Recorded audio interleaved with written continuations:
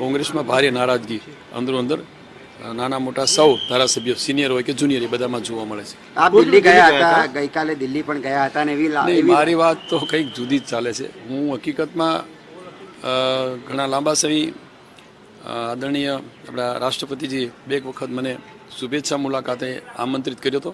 હું નહોતો જઈ શક્યો. એટલે બુધવારે મને એમનો મેસેજ આવ્યો એમના તરફથી ઓફિસમાંથી કે સાહેબ યાદ કરે છે. એટલે હું એમના શુભેચ્છા મુલાકાતે જ ગયો હતો. અને એની સામે હું અખિલ ભારતીય કોળી સમાજના રાષ્ટ્રીય અધ્યક્ષ તરીકે અમારા સમાજનું ભવન છે કે જેમનો 2 મહિનાથી હું હિસાબને વગેરે જોવા માટે જઈ શક્યો નહોતો. એટલે એ સામાજિક કામે બંને કામે હું ગયો હતો. કોઈ રાજકીય પોલિટિકલી વાત લઈને હું ગયો નહોતો. વિમલ ચુડાસમા પણ રાજીનામું આપે એવી વાત ચાલી રહેલી છે. તમારી સાથે સંપર્કમાં પણ છે?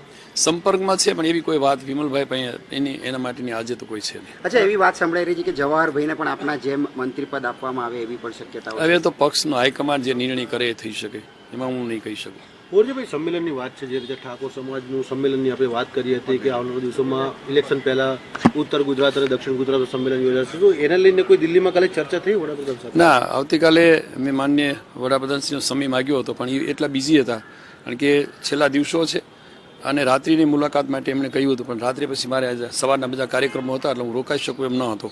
એટલે ગઈકાલે પછી વડાપ્રધાનશ્રીની મુલાકાત મારે થઈ શકી નથી. કોરજીભાઈ, હજુ લાગી રહ્યું છે કે બીજા કોઈ ધારાસભ્યો પણ સંપર્કમાં હોય અને એ બાજુના હજુ પણ આવી શકે એમ છે?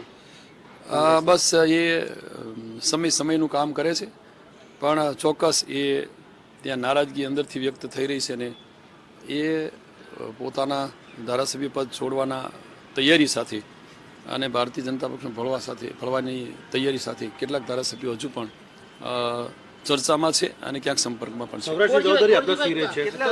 ના, પક્ષ તરફથી જે આદેશ થશે એ સૌરાષ્ટ્રમાં નહીં પણ જ્યાં ગુજરાતમાં જ્યાં આદેશ થશે ત્યાં હું કામ કરીશ. ચંદ્રિકાબેન પણ ભાજપના સંપર્ક કરેલો છે તમારી સાથે?